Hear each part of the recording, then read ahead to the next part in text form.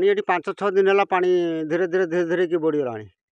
या 5-7 दिन आगुरी पानी आईला जस्ट गोटे दिन पानी सुखी ता पर दिन कतुर पानी चढ़ी रही धान नष्ट हबार सूचना देखा चाष जमी पर तो देखुना आपण भी निजे देखु कौटी हाथे कौटी चाखड़े कौटी दी हाथ ये धान पानी रही धान बुड़े रखीदेने 2-4 दिन पचिज धान आ रहा धान चाष कौन करूँ ये धार देन लोन करके चाष करिया कथा आ कौन बन्या हेल्ले नष्ट गत वर्ष सब नष्ट होगा आम किसी पाइलुनि जो मानकर चाष धान पाइले से सब क्षतिपूरण पाइले कि आम कथा कहीं बुझिले कि आम ये तल एरिया लोक या उपरको सब चाष आम ये घर पटू छाड़ी सब चाष कि तलटा आमर जमी तल पट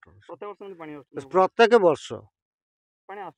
पानी ये पानी आमर कोपारी साइड पूरा हदगड़ पानी टोटाल यार माड़ुची हदगड़ ठू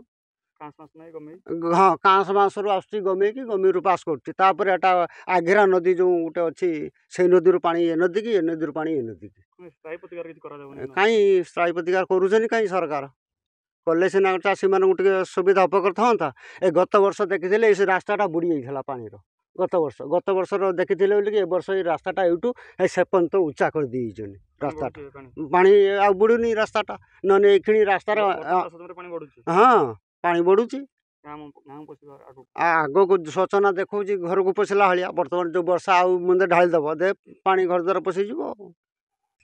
पानी 4-5 दिन है आसला बुड़ी रही 4-5 दिन है चाष कौन जी जमी बुड़ी जोड़ा पूरा से गुड़ा नष्ट हो जोड़ाक टे अग देखा नल दब धान हेनी आ चिरी पकड़ा रंग पकड़ यहाँ नुआ नुह यहाँ प्रत वर्ष आम एरियाटा एमती हो 100 एकर जमी सब एमतीका हो नुआ नुहे जो मानकर चाष हो अधिका पैसा पाँच गवर्नमेंट साहय पाँच आमर कम पानीटा किसी कहीं समय नई देकी से बाटे आस आमर जामझाड़ी ठू पानी जी ऊपर पानीटा जी वर्षा पानी से सब ये बाटे पास कर मुहानटा पुती द्वारा पानी पास करनी प्रथम जो नईटा खोला होता वर्षे 2 वर्ष टे चाष जहाँ होता ठू आनी जमी तो 100 एकर सेमती हिसाब आम रखीचु ना 100 एकर एपट सेपट सब देखुना धड़ा हो रही पूरा नष्ट हो जोड़ा बुड़ी जोड़ा नष्ट हो जोड़ा अग अच्छी से चिरी पर पकड़ कौन धान हेनी चाहबू कौन गवर्नमेंट तार जहाँ करुम हाथर कथा ना कौन आम किसी कहीना हो पार बोली